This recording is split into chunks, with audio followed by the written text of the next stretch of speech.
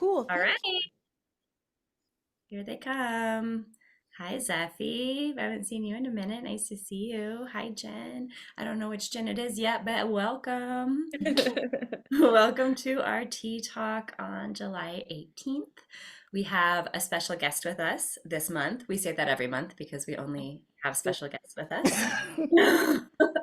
And today it's a Deathschool alum and a spiritual practitioner and someone who has studied mysticism and the cultural anthropology of death history. And she's going to share some of that with us today. So, Ashley Oppon, thank you And so much for being can I here. add one really cool thing that Yeah. she is a Deaf School alum as well, and we love seeing our Deaf School alum. So thank you very much for coming and teaching us now, because that's awesome. Yeah. And as you know, Ashley, everybody, for the most part, most people that find themselves in our Deathfolx membership have come through classes and already have like an established baseline of what this space looks like and their own grief and their own level of, something. I don't know if the word mystical applies to everybody, but of curiosity and exploring. So feel free to just speak as openly and freely as you want to, because these are your people. Yay! Hi, everybody. Oh my gosh. Okay, I'm gonna hit the share button. Oh, Let's see. I might need to make you co-host. Let me do oh, that real okay. quick. Sorry. Okay, you should be able to now. Okay. Yes. Okay, cool. Alrighty, and where are we at here? Oop, sorry, 1 second. It's okay.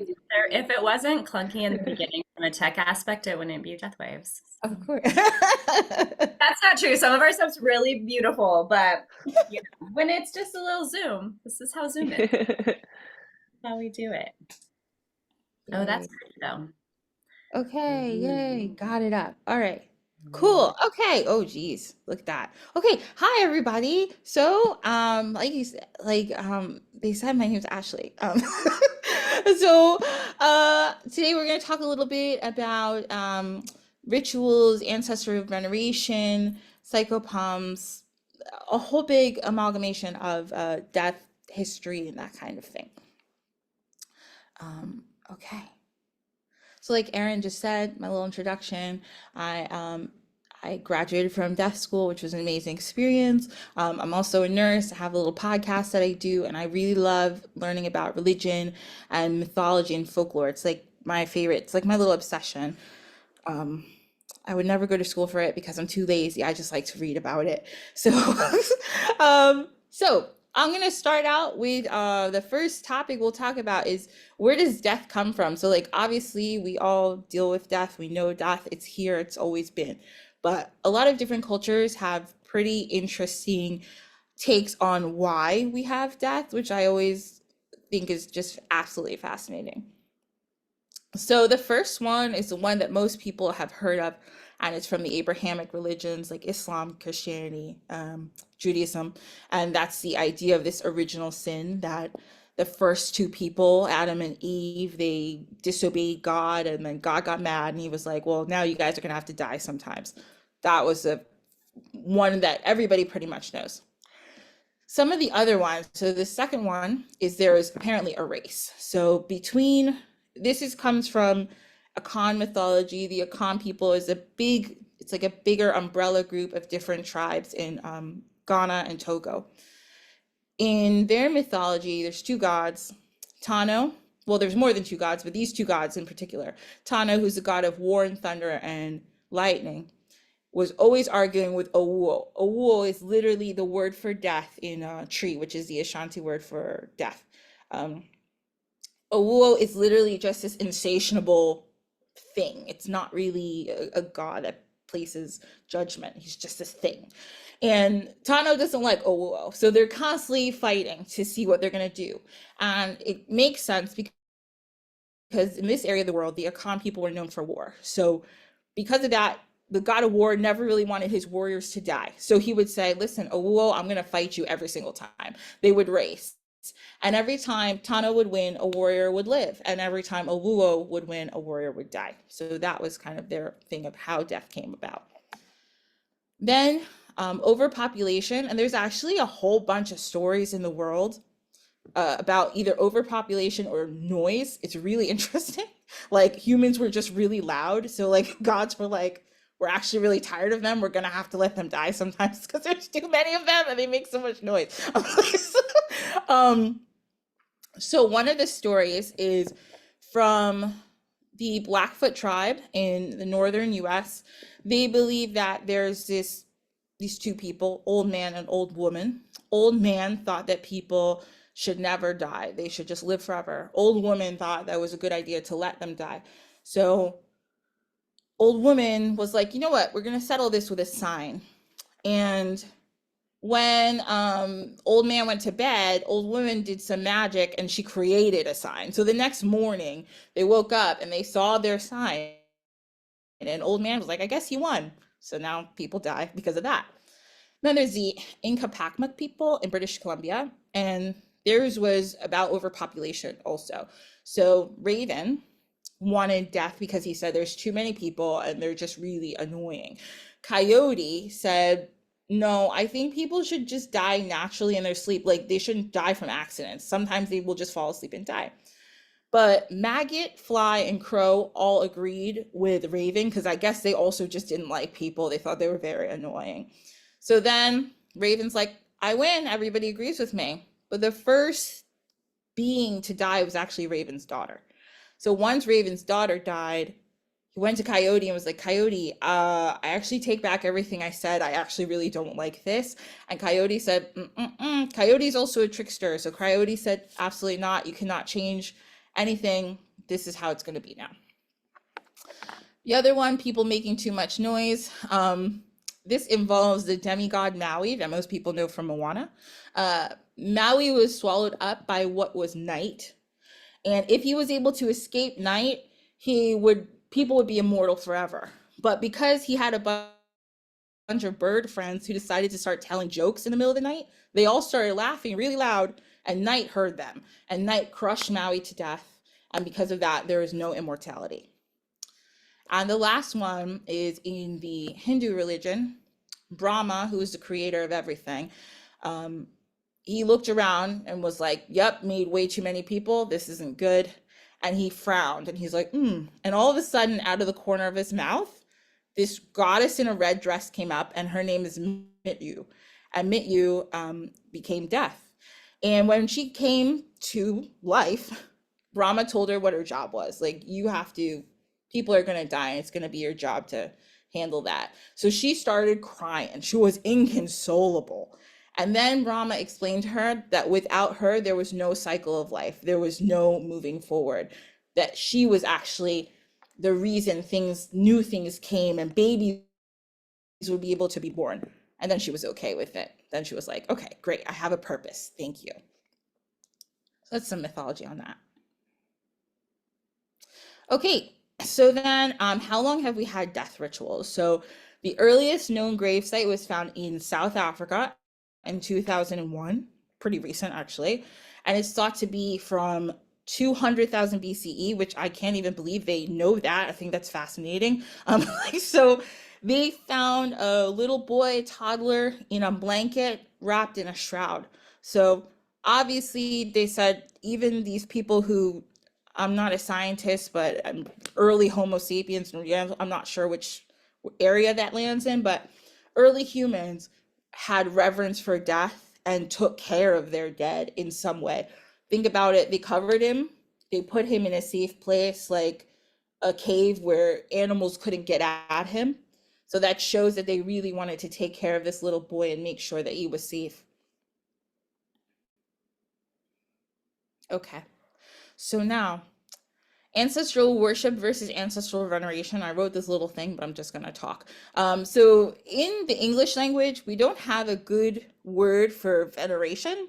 So a lot of people think ancestral worship is the same thing as worshiping a deity or being religious, which it's really not. It's just kind of having reverence for people who died and thinking that people who have come before us know more than us. And it's important for us to take care of those people And because we also believe that those people are in the afterlife being able to take care of us and be able to look down on us. And if that certain society believes in a god or the afterlife or something like that, that they're able to relay the people who are living's wishes to these gods. So taking care of those who have died is super important because you want them to look down on you and be happy with the life that you're living. This is really popular in Asian countries, especially Asian countries that have Buddhist influences and Confucianist influences, and a lot of African diasporic places, such as in the Caribbean and South America too. So we have different types of ancestors, and I got a lot of this from, if anyone's interested in ancestors, Daniel Foor's book. It's called Ancestral Medicine. He talks a lot about this. So there's different types of ancestors, and the way he puts it out is that we have like, there's more than this, but there's a couple different ancestors. So one is ancestors of relation, ancestors of affinity, and then ancient ancestors. So your ancestors of relation are your people that you're actually related to. So this can mean your grandmother, your descendant, who you're descended from. Then you have ancestors of place, and this could just be ancestors from the place that your family's from. If you're German, you could be really into learning about German culture and German heroes and German icons. Those will be your ancestors of place. Ancestors of time, this is a little woo-woo, but it'd be for people who believe in past lives. They may think that their ancestors of a certain time period are people that they want to revere and maybe give offerings to. Then you have ancestors of affinity. So these are ancestors like, if you're a guitarist, one of your ancestors may be Jimi Hendrix. If you are a nun, your ancestor may be Mother Teresa or something like that in the vocation that you are a part of, and you look up to these people. Then we have teachers and cultural heroes. A lot of people, and I think like a queer ancestor, a big queer ancestor would be like Marsha P. Johnson. You look at her, she started a whole movement. So people like that. Then you have ancestors of spiritual tradition or lineages. And with that, I think of saints. I think of like the past Dalai Lamas and things like that, popes, those kinds of, even in local communities, people have ancestors from their spiritual tradition or whatnot. And then friends. Our friends are our family, so they are also ancestors to us. So around the world, there's ancestor veneration festivals in almost like every single culture. I'm gonna just talk about a few of the really interesting ones that, well, they're all interesting, but just a few of them. It's really interesting that no matter where you are in the world, for the most part, a lot of these ancestral festivals talk a lot about food and feeding the dead. They love to feed a dead person, and we love it. Like we love to leave an offering. We love to leave whatever their favorite liquor was. It's not a joke, but it's true. Pouring one out for your homies started years and years before. It's not something that started like in the 80s in LA. Like we've been pouring one out for our homies since the beginning of time. All right. So first one is the Qingming Festival. Qingming Festival is celebrated in China and Taiwan for the most part, but a lot of people of Chinese descent in Hong Kong, Malaysia, Singapore, Cambodia, a lot of the other southeastern countries of Asia actually also celebrate this. So it's 15 days after the spring equinox, and it's also known as the Tomb Sweeping Festival. And it's been around since about 600 BC. Confucius is the first person who brought the idea of cleaning graves to China. And the belief is also, some people believe that you could only sweep the grave during the tomb sweeping festival, because if not, you're bothering the dead, and we don't want to do that. Families, they burn incense and they burn joss paper, which I believe is like rice paper. Um, they may sing and dance at the gravesite, prostrate themselves. They also may have picnics around the graves. Another, like I talked about food, but another thing is a lot of picnics. We love a picnic. They burn also spirit money. And one thing I thought was super cool about this festival that's kind of interesting, they use paper replicas of different things, whether it's cars, homes, even servants, things that they think that the ancestors may leave in the afterlife. They literally draw them, cut them out, and burn them so that they're sent up to them. So during the Tang Dynasty, this is in 600 to 900 AD, this was such a big deal that they used to play at the grave sites these huge games of tug of war. That's just a little fun fact for you, because tug of war is fun. And it's also really important to Buddhism.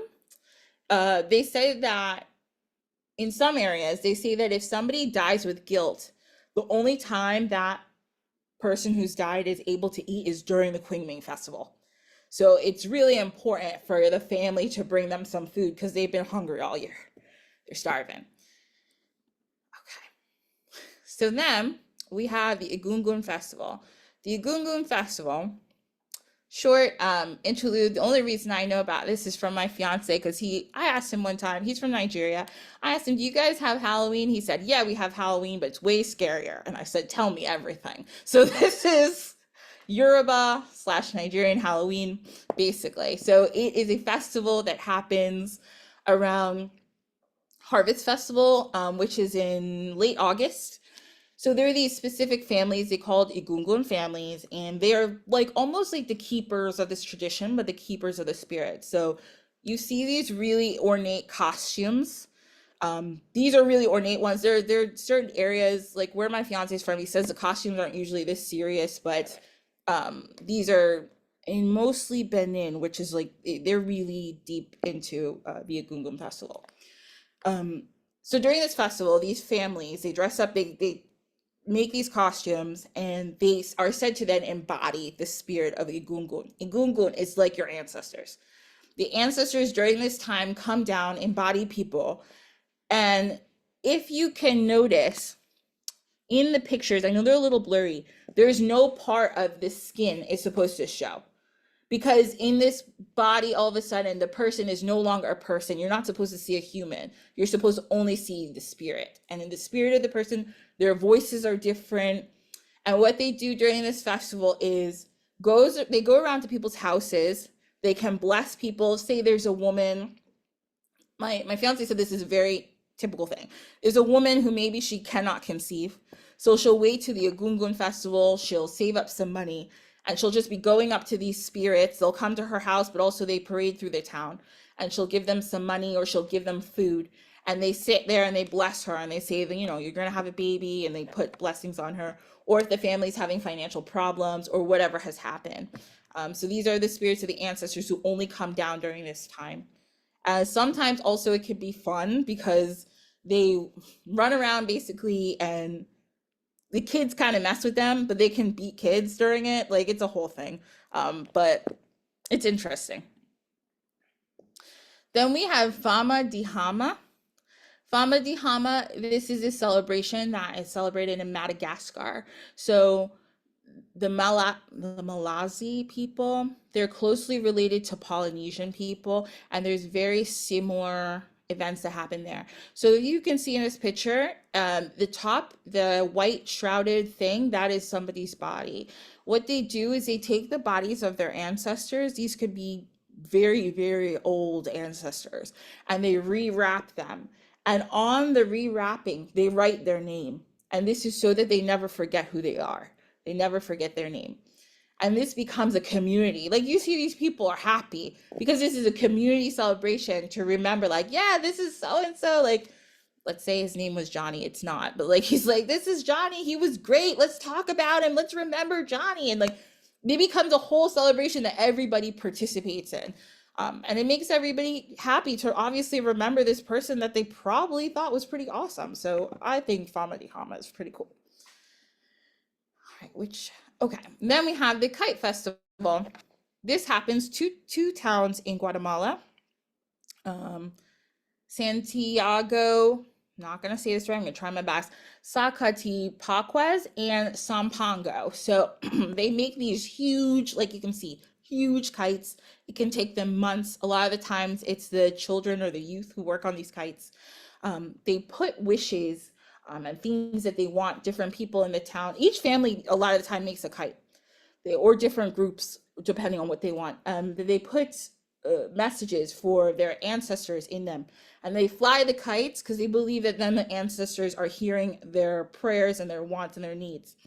This is also really cool because what it has also turned into is a situation where on the kites they write about social justice issues. So they write about indigenous rights, they talk about pollution, violence against women, all sorts of really interesting things. So it's also become like a message for the community. Like, this is what we want to make better in our lives. We're not just sharing with ancestors, we're sharing it with everybody.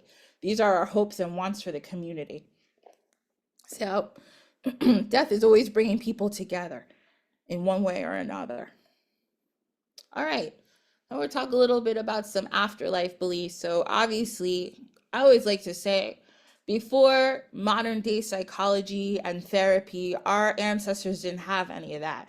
So they had faith, they had a shaman, they had someone they could talk to, and they had these beliefs that this is what happened, so this is what will give me a little bit of peace, because this is where my person is gone.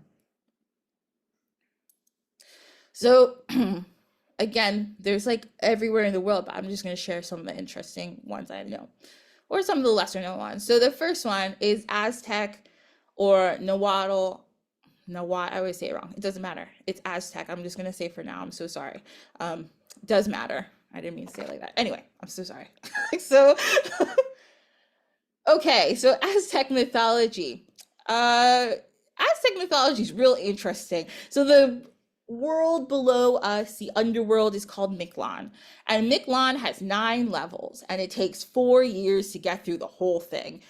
And when you're getting through these levels, you're going to encounter many challenges, such as mountains that crash together all the time, rivers of blood that have jaguars in it, and fields that are just knives or just all over the place.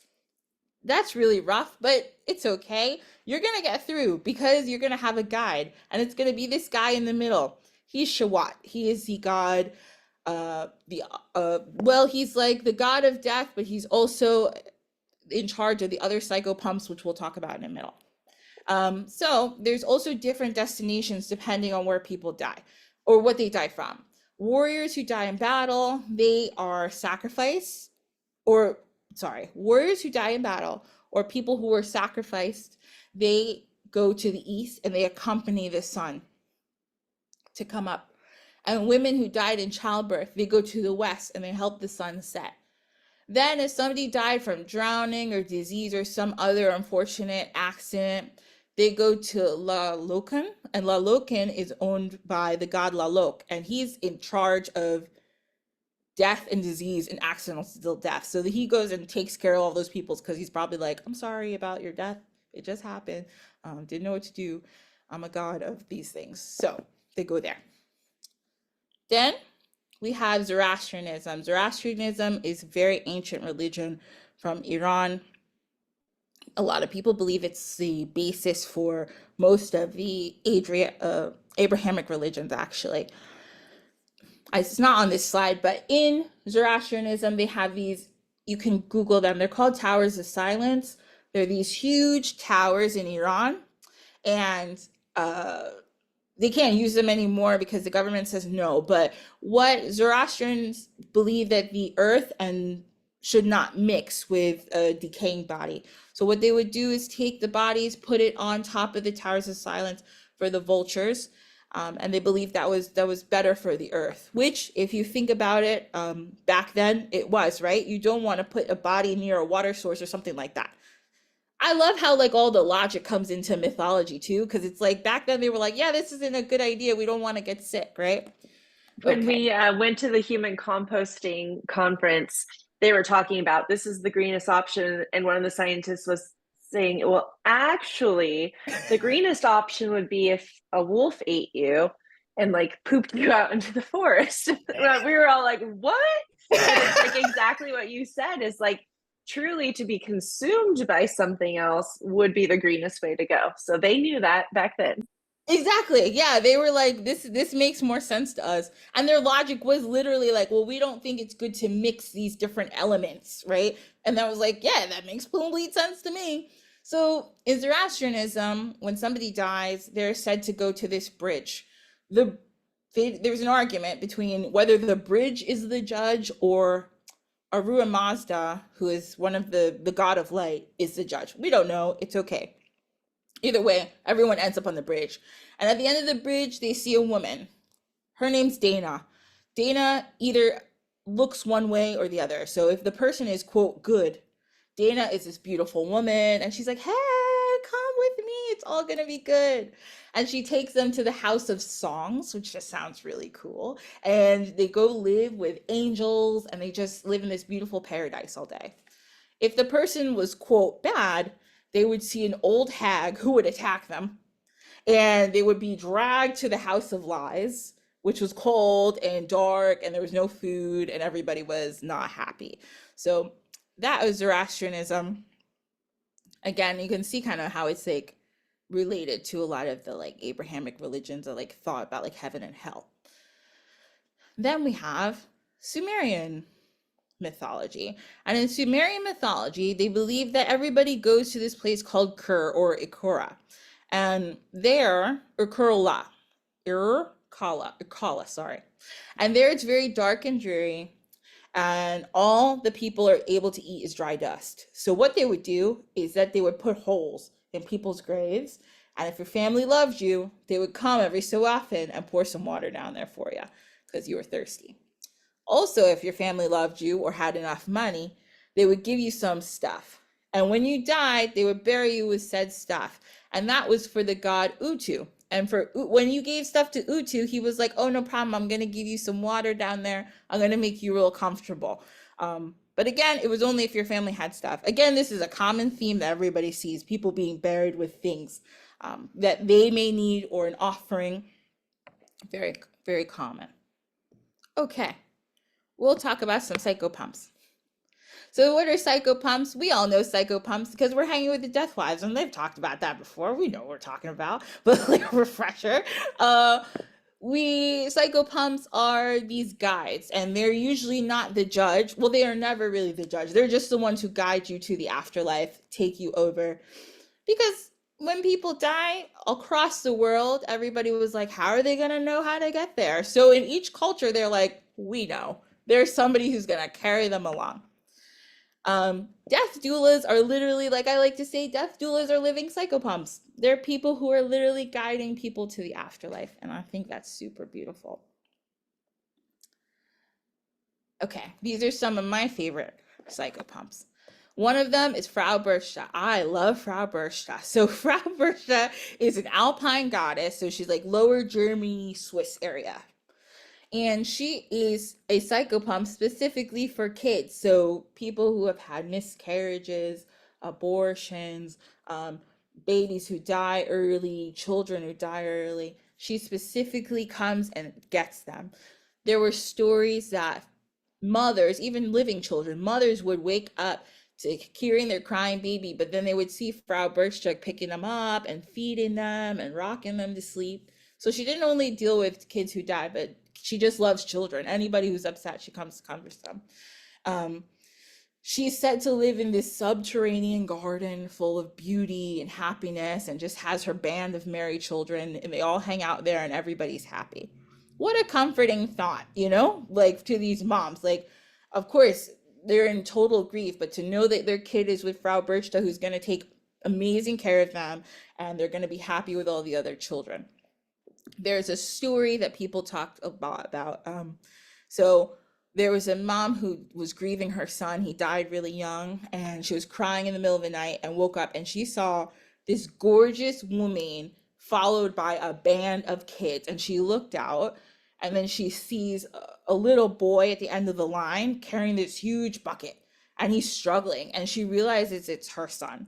So she runs out there and she's like, "Oh my God, son, are you okay? Are you okay?" And he's like, "I'm fine, but I'm carrying this huge bucket of your tears, and it's really hard for me to carry. And, Frau Birch is taking really good care of me, and I'm gonna be all right." And the mom's like, "All right." He's like, "So I don't want you to cry anymore. I'm okay." So the mom and Frau Birch that came by, she said, "I'm gonna take care of your son, don't worry." And after that, the mom was comforted and she didn't cry so much anymore.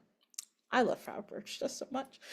So that's Frau Birch. So one of the other ones I thought was so interesting, I didn't know about Can this. I Yeah. interrupt you for 1 second? I love this. And what you just said about carrying a bucket of your tears like makes me reframe everything about my grief. But how do you spell her name? Did I miss that? Because I'm Oh trying no, I can spell it. It's Frau, like Frau, and then Birch. It's Berchta.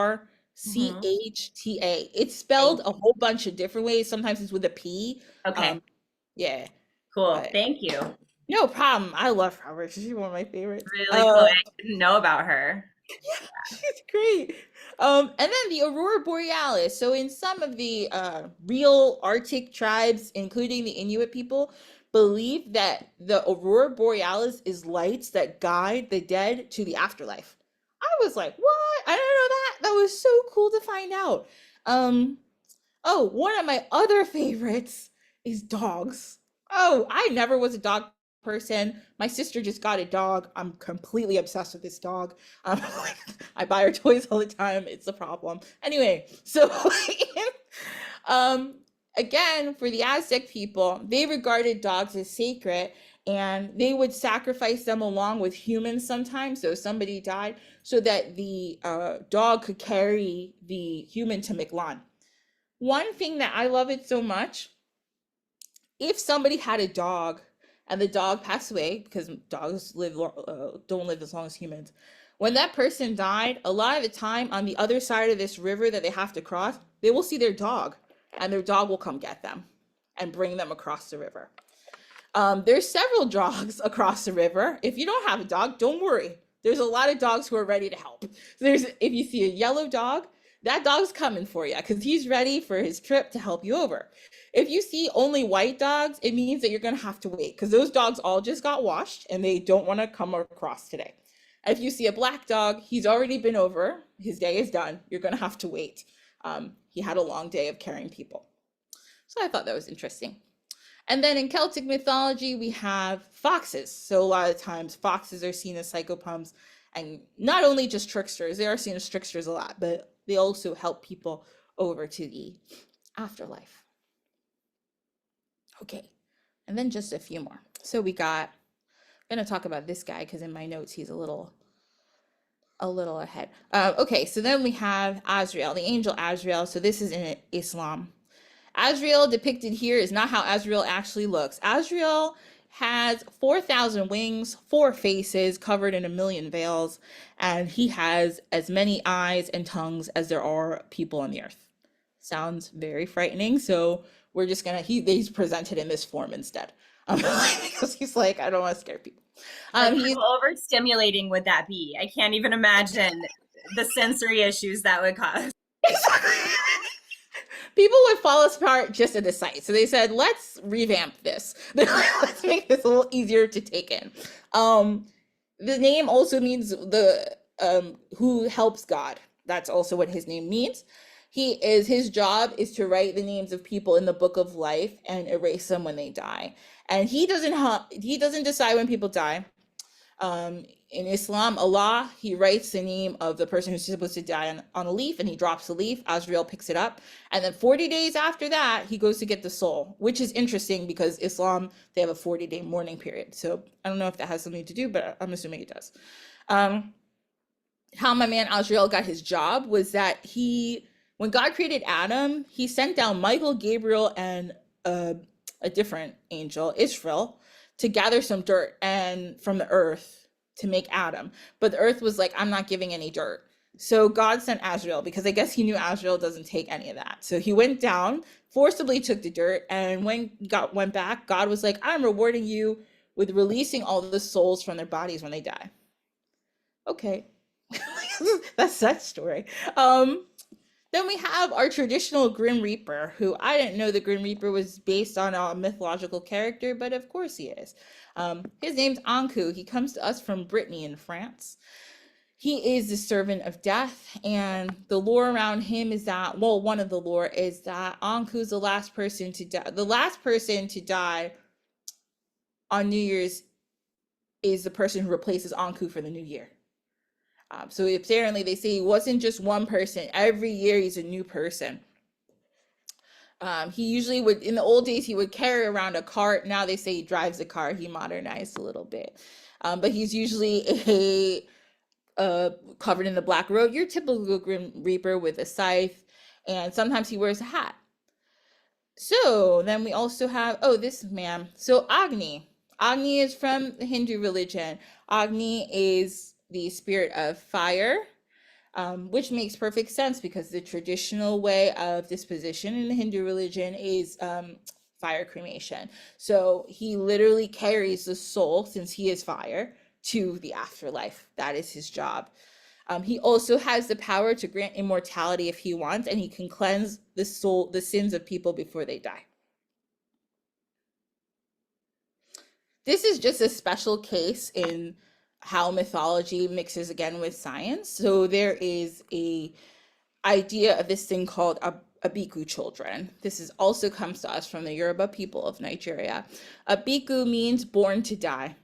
So in Western Africa, the prevalence of sickle cell disease is there. Now it's better, we have more medications for it. But what they would say is that, oh, these kids are dying. Back then they didn't know. They didn't understand what it was. So they would say these kids are dying because of the spirit. And the spirit is called Ibiku. Ibiku is a spirit. It could be just, they say they live in the forest, but they also say somebody, say a nasty priest could put it on a family to make a mother suffer. So the ways that they would figure out how these kids are Ibiku kids is if you see this child here has scars on his face, what they would do is the baby would be born. Say a mother was having multiple miscarriages or multiple kids who were dying before the age of 1 or 2. They would scar them. And what they would say is if it was a true Abiku child, the next baby who came would have the same scar. And it would happen, they would say. So this is the mythology behind that. There was a couple ways they tried to combat Abiku children, which I think are really interesting. So one thing about West African cultures, most of them, and in Yoruba culture also, funerals are huge, but funerals are huge for old people. When somebody young dies, it's not something to be honored. It's something to be sad about. It's something everybody wants to forget. So what they would do is they would wrap children in rags, literal rags, and put them in the forest. Because it was like, well, we don't want to think about how terrible this is that this baby died. And as terrible as it sounds, that's how they dealt with it. They were like, we're just moving this kid away from us. So the names, they would give these kids specific names to combat the Abiku spirit. One of them would be called, the child would be called something like Ibikoyi, meaning rejected by the bush. The forest won't even take you. That's literally what they would name the kid. The forest will not take you. They will reject you. Akasatan, which means the rag's done finished. There's no more rags. We can't wrap any more kids to leave them in the forest. Akalako, the vultures will reject you. The vultures will not even eat you. That's why we're gonna name you this. And if that doesn't work, you give the spirit a name to make it angry, like Aja. Aja means dog, saying you're a dog.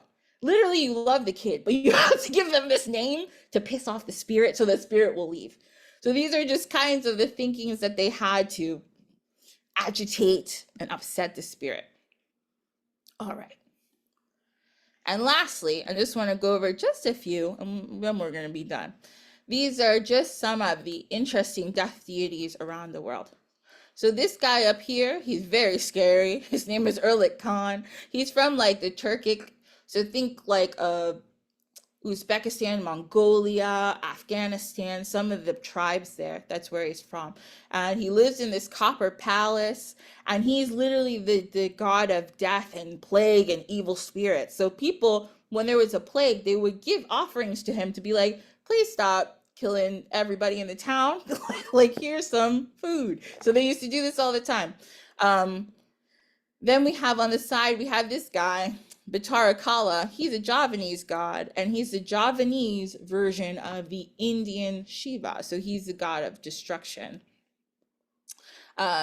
He is also the god of darkness, and they used to believe that he caused eclipses. So when there was an eclipse, they would bang drums and they would do all these things to make him angry to leave. So that they really believed that was his job, and also being the god of the underworld. Down here we have Miklan Tekutli and Miklan Tekasewat. These are the two gods in charge of Miklan, like I talked about before for the Aztec people. Miklan Tekasewat, the lady on the left, she's the model for Santa Muerte, they believe. And she was sacrificed as an infant, and then they say she was born to die. Her husband, Miklan Tekutli, he is covered in blood all the time, and he's a skeleton, and he wears paper clothes and owl feathers and has a collar made of eyeballs. Okay. And then we have down here, we have Baron Samedi. So Baron Samedi is from like Voodoo, so from like Haitian Voodoo. His name literally means Baron Saturday. And interestingly enough, because a lot of Haitian Voodoo mixes with Christianity, they say Christ, the only day Christ was truly dead was on a Saturday. So even Christ had to answer to Baron Samedi. I don't know, that's what they said. He's very powerful healer, but he also really wants to take care of sick kids. He looks really scary, but he's actually really fun. He actually loves people. He lives at the crossroads of death. He's also a fertility god. A lot of death gods also are fertility gods if you look at a lot of them. Makes sense, right? Life beginning and life ending. All right, these are the last ones we got here. We got our girl, I always forget how to say this lady's name. She's a Finnish god. Tunatar. She's a goddess of the dead in Finland. She has a dog that's named Sumara, and she is very nice, and she's a great hostess, and she gives you drinks, but then when she gives you the drink, you better not drink it because it's called, there's tons of worms and diseases in it, and then you'll die. So if she ever invites you to a feast, apparently people get lost in the forest and see her, she bring them to feast, and they be like, don't drink her stuff because she's going to make you die. Okay. And then we got our friend Shawat. He's the dog-headed god from Aztec mythology, and he's also like lives at the crossroads. He always has one ear that's ragged. He can be in multiple places at once. Then we have Yama and King. They're kind of the same, Yama and King Yama. They both carry a lasso for souls. They reel them in. In the Thai tradition, Yama, he makes contracts with humans before they die. So everybody already has a contract made. And if the person dies before they're supposed to, they have to walk around with ghosts until their death date because he can't change the contract. Don't know why, but he said absolutely not. There's no temples or rituals that call on King Yama because he's not always there when you call, but he's always on time. He's never late. And he keeps a record of all the human deeds and knows the karma of every single person who dies. So that's my rant about mythology and death. Oh Way better my than a rant. gosh. Real good. Way better. That's what it was. Yeah. Wow. I feel like I learned so much from you. I started taking notes. I've got a full front and back page of things that I want to learn more about. That's how many things you brought up that I, hadn't heard of. I would say more that I didn't know than that I did. So that's amazing and not usually the case. So thank you so much for bringing it. And it's such a fascinating thing. I used to call myself an amateur theologist. I don't think I really am anymore because I haven't been active in a really long time, but just this curiosity and this need to understand it from different perspectives and different cultures. And can I ask a personal question? Yeah. That was my rant followed with a question. After studying so much mythology and so much religion, where do you kind of personally land with it? Oh, yeah. Oh, it's wild. I just think my thought process is that depending on the person's culture, what they believe, I believe that's where you go. I believe it's Yeah, just, yeah. yeah. And I think personally, I don't know where I'm gonna end up because I believe everything. Like I'm like, That's I think it. all of this is a little true. I'm like polyreligious and also not religious. So It's like it's all together, and I'm just always like, all of these people around the world had a lot of their thoughts are slightly similar. I'm like, so yeah, some of it's got to be true. Like I always just assume something's got to be true. right. Creation There's different stories definitely. interpretations. Yeah. Yeah, it's just Mhm. different interpretations, and depending on where they were in the world, this one believes this person's in the desert because they're from a desert place, and this person believes they're in the forest because they're in a forestal place. Like, it's Yeah. Right. interesting. And the truth is that, God's spirit, whatever you want to call it, is omnipresent and is going to reach every last little corner and, will receive that in a million different ways and describe that in a million different ways. And they can all be both true and incomplete at the same time. Yes, exactly. Yeah. True and incomplete. Okay, I have like can you go back to a slide when we were talking about the ancestors? Me and Mhm. Aaron have had this discussion before, and we talk about, well, in class, we talk about how your ancestors can also be someone who gave you knowledge and you're bringing that knowledge forward. And so this was kind of like Yeah. exactly that. Hmm. Yes. Um, okay, I just wanted to make And sure. I took a picture of this one too, because it kind of takes Yeah. that idea and then breaks it down even further, like, and what are the subcategories of that subset of ancestors, which is Yeah. really cool, right? Because if so many of us don't know much about our lineage, it's actually hard to find out. Now with Hmm. DNA testing, we can get a little bit closer, but even that's not the same as having like sacred oratory and story keeping, passed down or whatever. And so we talk about how, and then there's also like adoption and people who just are disconnected from their blood lineage. So we talk about other types of Mhm. ancestry, and that's, this is such a nice way of being like, and there's many types. Yeah. Yes, Okay. that's another thing, and I'm so sorry. I know somebody answered raised their hand, one little thing, but that's one thing I like about, especially when I read this book, how he specifically talks about like you're not left out of these practices if you were adopted, if you don't know where your family's from. You can venerate anybody who you consider part of your family or part of your lineage. Yeah. Mm. Yeah. I'm going to start telling everyone this because I mean, we feel like sometimes we need permission to grieve someone. Like I have an ancestor altar and I have an elderly woman that I cared for on it because she influenced me so greatly.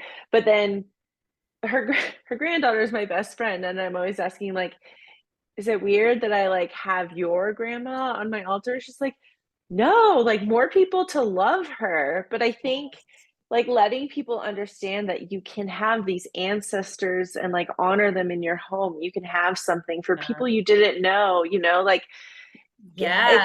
it's just such a beautiful altars alone are just such a beautiful kind of way of connection. And so it's like we need this weird permission sometimes, and explaining that these are our ancestors, I think will open up so many doors for people. So thank you, thank you, thank you.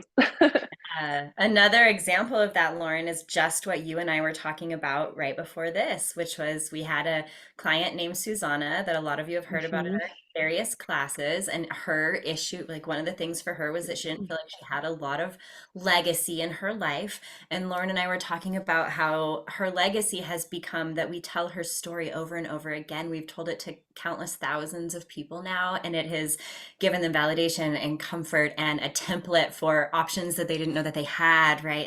And all of these kinds of things. And so the way this is like that's really cool in terms of ancestral like information that we're giving. And maybe she's not technically an ancestor. She's been dead a few years now, so maybe she technically is. It depends on when they become one. Mhm. But the other part of it is like I had a lot of pictures of her when she died because I was her doula and I did her funeral, and I ended up with a lot of her photos and a few pieces of her jewelry and things like that. And at first I was like sparing with wearing the jewelry, and I've never put the photos up in display. I have them like on a folder. But after Lauren and I had that conversation, I was like, she really is like kind of a big part of our story and a big part of our life, and like it's okay Mhm. to kind of look at her as family and as an ancestor at this point and to not feel like I shouldn't, like treasure those things as much as I would blood family. So yeah, Yeah, it's a yeah. sweet thing. Absolutely. Yeah. All right. So if you want to stop sharing the screen, well, unless people want to see any more slides, but I know that somebody had raised their hand, and then we can open it up the next 10 minutes for any questions you have about anything. If not, I'm going to ask a million more. Very good. Very good. I'm Jennifer, and I had raised my hand, but I was just fidgeting with my phone trying to get my face back onto the screen. So I apologize, but this is just so beautiful, and thank you so much. Yeah, no problem. Thank you. Thanks for coming, Jennifer. It was, Ashley, you're a good teacher. Do you do much teaching? You're very natural, very good. Oh, I'm always very nervous. I'm just like, Yeah. No, you're nervous. But you are, I identify because like Lauren and I are kind of the same way when we're passionate about it. We're like, yeah.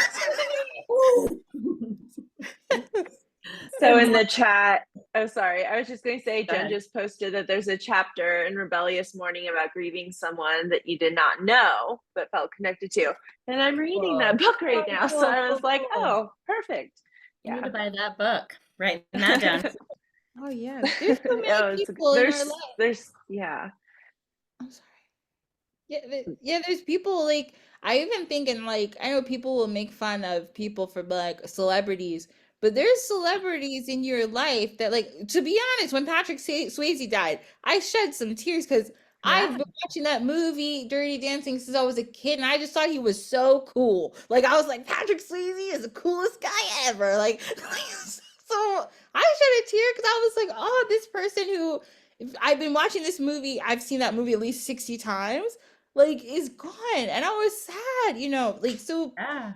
there's think of the songs that have changed your life, or you hear a song, you always remember this person or this song or that concert. Those people are important to us, and there's nothing wrong with, thinking about them and being like, you know what, I want to give them some love on the other side. I don't think there's anything wrong with that. I think they love it. I mean, because they're rooting us on, right? It's that reciprocity. Like I believe anyway. I believe they're looking down on us, watching us, kind of like they're not as stressed about it as we are. They're like, oh, humans, like, you guys are like, so you try so hard and you have no idea what's going on, right? But they're like living it. And so, yeah, it's things like this that we can do to give back, and to relationships do still take a two-way street, right? So it's connecting back and just being aware that they're there, appreciating it, giving little nods. Yeah. Yeah. Who else has questions? I do if other people don't. I know Lauren does too. But you guys get to go first. Steffi, what are you thinking over there? Oh, Pam. Where's Pam? There you I kind of have a comment. I'm sure there's a question in here somewhere, but I was just like taking all of your information in, which I so appreciate. But I have an undergrad in English Lit, and I have so many books that I haven't like touched for like a decade or so. And this has like revived me to like go look at all of those things and maybe it'll help some of my clients I have and people I know. So thank you for that. And I know there's a question in there somewhere, like I'm half Thai, and I'm definitely going to go ask my dad more about the Thai guide and like see what he has to say about that. Yeah, like nothing against reinventing the wheel and getting, innovative and therapy and ritual in every other aspect of life, but also like looking back, because we're not the first people, right? We are not the first people who have realized the importance of ritual or of death care. It's been going on forever and ever. So really it's a practice of like both. Like how can we innovate and use today's technology and today's environment and today's mentality and culture, and also reference and source the very best of what's behind us, because talk about like a metadata, right? There's so much. Yeah. And Jen had wrote how like everything is really based in community. And that is so true. You don't ever hear of a culture who's like, and they did it alone. Because we did what worked. That And every single one helped. of those people did what worked for them, for their grief. I mean, and that was community over and over again. And that I think is such a big part of what's missing. And like, I feel like, and you brought this up, like it feels so human to care for our dead, to have these rituals, because that is what our DNA is. That is what has made us who we are. And like, we cut those out. We came over here to America for the most part and just ended it all. And I feel like, I'm not going to get on a soapbox, that like our country has been hurting for a minute and it just keeps getting worse and worse. Yeah. And it's like, because there's no community, because Yeah. there's no space for grief, that there's no space for rituals and honoring different places in our lives. Like, yes, very important to do it at death, but like puberty, like there's so many places that we just walked away. And you can truly see what happens to a civilization that doesn't embrace what every other human being in civilization from all time, from 200,000 BC, have done. And we stopped, and it hurt us. It's killing us. Like, whew, this is such a good class. It was. Yeah, I almost want to have a whole nother one talking about like how we go from everyday waking reality governed by the five senses that we have to like dropping into these spaces of working with deity and working with ancestor and like the energetic, the energetics of that. It's a whole nother conversation. But we do have 4 minutes if you want to say anything on that. It looks like Jen has a question too. Oh, yeah, I'm sorry. One sec. I'm sorry, Jen. No, go. There's this is a band in Poland. They're called like Laboratorium Pensy. And Okay. they have a whole album of funeral songs because Really? in many of the Slavic cultures, and I didn't talk about this one, but they have, like I said, everybody has a celebration, pretty much every continent. They have one where they would sit with the body, like a night vigil of the body, and they would sing together. All the women would sit around them to keep themselves through the night. Like, and I just like, I get chills when I think about it. Like all these women just sitting together, singing songs and being like, we're going to get through this night with this body because it's what we got to do. And the wife is there and the sisters and all the women just going at it. And the I whole think that's album they have common is in funeral history songs. in a way, right? Like I think that Yes. we did that in a lot of different ways. We did that. Will you put in the chat what that is called? Because I definitely want to get that too. Sure, I will. Got a little list of recommendations from this from this. So if you'll put that in the chat, Ashley, and then also your podcast information, how people can find you and continue to learn from you or connect with you, please let us know. And Jen, what's up? I just wanted to say, like, thank you, Ashley. And I like loved learning so much, but I really loved just like the community care that like we kind of just named, but it got me thinking of when you were talking about, I think it was Madagascar, when you were like, look how happy they are walking through the streets and like celebrating their people. I feel like how beautiful would it be to celebrate our people so much, like we don't, like when someone's grieving, people are like, oh, I don't want to bring up their person. Like, I don't want to name their person. When you were like, look at John's awesome. Let's like celebrate. It's like, oh my God, like that's so awesome. But thanks so much for sharing. This was super amazing. Absolutely. Thank you. Awesome. All right. Well, Ashley, thank you for being here. Yeah, really great presentation. I think everybody feels inspired. Pam had a question too. She has her hand raised. I'm sorry, Pam. I do. That's okay. I do have one question.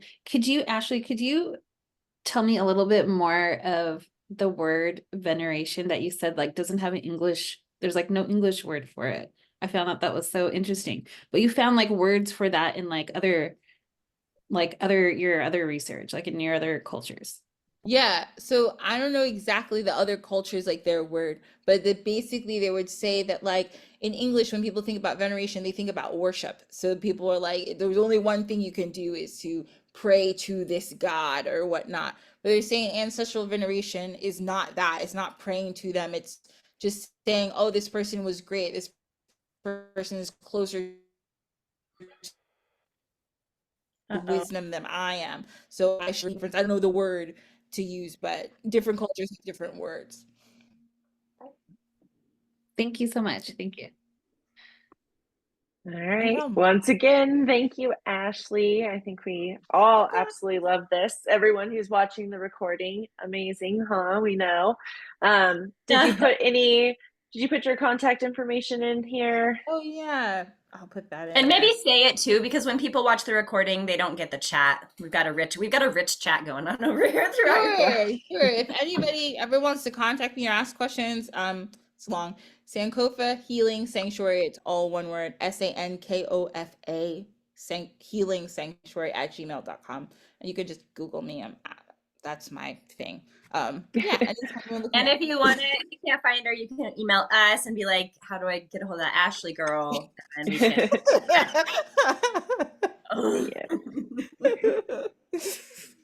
All right. Well, thank you everybody for being here, and we will see you next month.